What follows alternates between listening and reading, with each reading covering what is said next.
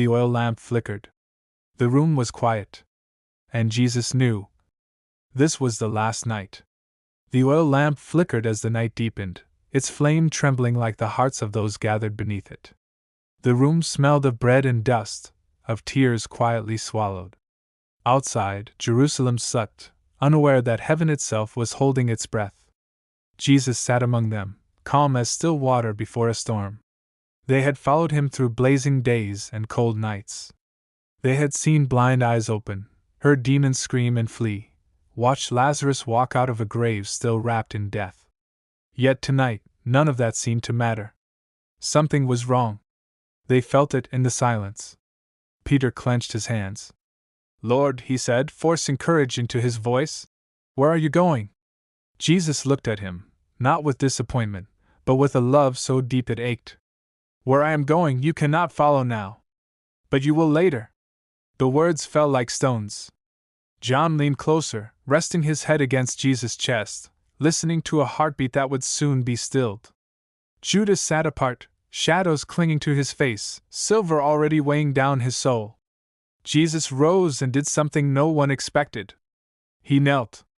The Son of God wrapped a towel around his waist and washed their feet, feet that had walked away from him, feet that would soon run in fear, feet that would deny even knowing his name.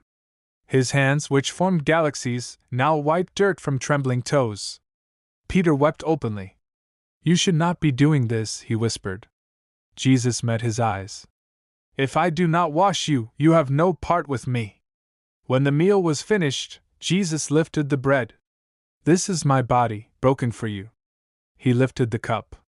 "This is my blood, poured out for the forgiveness of sins."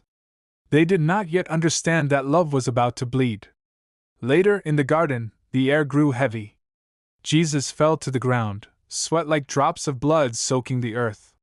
"Father," he cried, "if it is possible, let this cup pass from me." Then, through sobs and surrender, "Yet not my will, but yours be done." And heaven was silent. When the soldiers came, Judas kissed him. Peter swung his sword. The others ran. Jesus did not resist. Love never does. By morning, the sky itself seemed to mourn. Jesus hung on a cross between criminals, his body torn, his breast shallow. Those he healed stood at a distance. His mother watched her child die. my God," he cried, "why have you forsaken me?" Then, quietly, completely, "It is finished." The earth shook. The veil tore. Death smiled too soon. They buried him before sunset, sealing hope behind stone. But on the third morning, a woman came weeping to the tomb. It was empty. The grave had lost. Jesus stood alive, scars still visible, proof that love does not avoid suffering, it conquers it. He called Mary by name, and her sorrow turned into joy so fierce it changed the world. And even now, when hearts are broken, when faith trembles, when the night feels endless, the light still burns.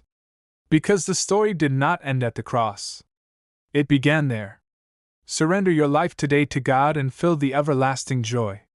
Follow us today.